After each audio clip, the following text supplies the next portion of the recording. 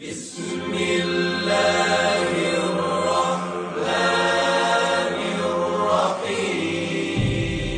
başqa bir ayədə Luqman surəsində buyurur ki, Həmələthu ummuhu vahnan alə vahnin. Anası öz övladını öz bətnində çətinlikdən çətinliyə doğru daşıyıb. Yəni hamiləliyin getdikcə çətinləşməsinə işarə eləyir. Bu çətin dövrdə saxladığına görə, çətinliklə onu öz bətnində daşıdığına görə sonra buyurur vaza'athu kurhan və onu ağrı acı ilə, çətinliklə dünyaya gətirib. Allah nə üçün insana valideynini vəsiyyət edir, tövsiyə edir, onunla xoş davranmağı, onun səbəblərini açıqlayır.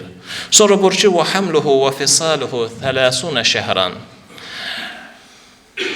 İnsanın ana bətnindəki daşınma müddəti, hamiləlik müddəti və süddən ayrılma müddəti 30 aydır.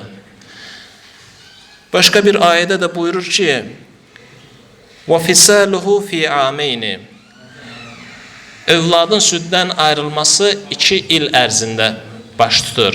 2 il, yəni 24 ay. 30 aydan 24 çıxanda 6 ay qalır. Bu o deməkdir ki, Allah Taala sanki hamiləliyin ən qısa, ən minimal dövrünün 6 ay davam etdiyinə işarə edir. Həzrət Əli əleyhissalamdan da bu barədə başqa bir hədis var. Yəni bunlar bir yerdə 30 ay davam edir. Və sonra Allah Taala gətirib gör hara çıxardır ayəni. Buyurur, hətta izə bələğə əşüddəhu. Valideyn o qədər zəhmətin çəkir övladın ki, övlad artıq gəlib yetkinlik həddinə çatdır. Yetkinlik həddi neçə yaşdır? Ayənin ardında birbaşa Allah Taala buyurur, və bələğə 40 sənətən 40 yaşa çatana dək. Deməli, insan yetkinlik yaşına çatana qədər, 40 yaşına gəlib çatana qədər valideyn onun təlim tərbiyəsi ilə, onun bütün işləri ilə maraqlanır, gətirib onu o həddə çatdırır, kamil həddə çatdırır. Elə bir həddə yetişir ki, övlad, artıq övlad mərifət sahibi olur, deyir ki, qalə Rabbi, öz Rəbbinə nə münacat edir ki, ey Rəbbim, əuzi'ni, mənə güc qüvvət ver. Bu yaşa kimi valideynlərim mənim zəhmətimi çəkib, gətirib bu yaşa çatdırıb, ən yetkin, ən kəmal həddinə çatmışam ki, 40 yaşı buyurur.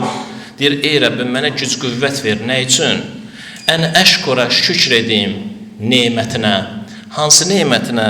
Əlləti ən'amtə aleyyə və alə valideyyə. Mənə və valideynimə verdiyin nemətə görə. Artıq insan mərifət həddinə gəlib, yetkinlik həddinə gəlib çatanda bilir ki, öz başına gəlib o həddə çatmayıb. Allah bunu onun üçün bir nemət əsasında, valideyn kimi bir nemət verdiyi üçün gəlib o yaşa çatıb, o mərifətə çatıb.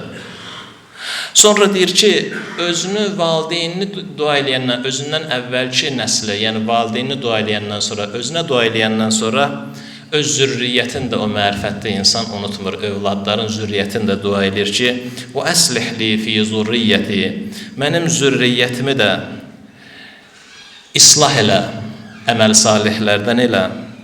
Sonra deyir ki, o ən ə'mələ salihən tərza və mənə elə əməllər nəsib elə ki, artıq bundan sonra o işləri gördükcə sən məndən razı qalasan. Təbii ki, Allahın razılığına səbəb olan ən yüksək əməl valideynə qayğı göstərməkdir.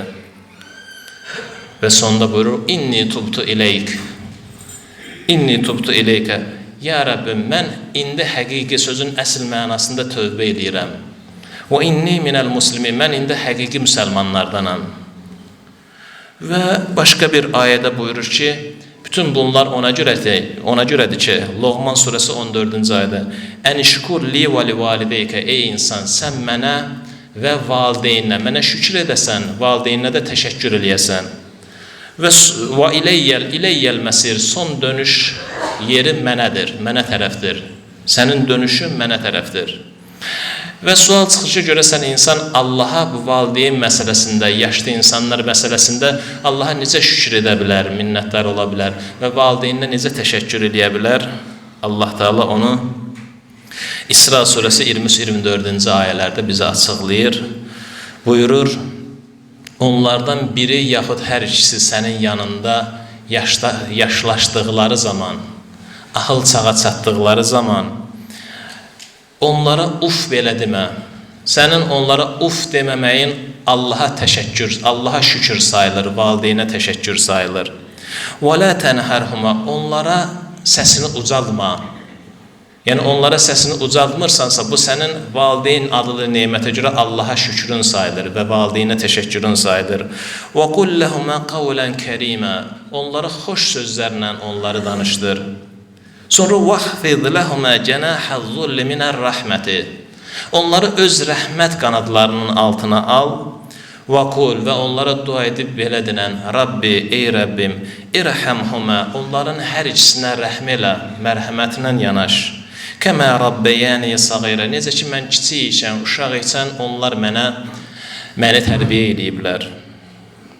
Allaha and verir İzzət Cəlalı xatirinə bizi valideynə, xüsusən yaşlılara, xüsusi diqqət göstərən, qayğı göstərən övladlardan, bəndələrindən qərar versin və bu əməllə də öz rizayətini dünya axirət nail olanlardan eləsin.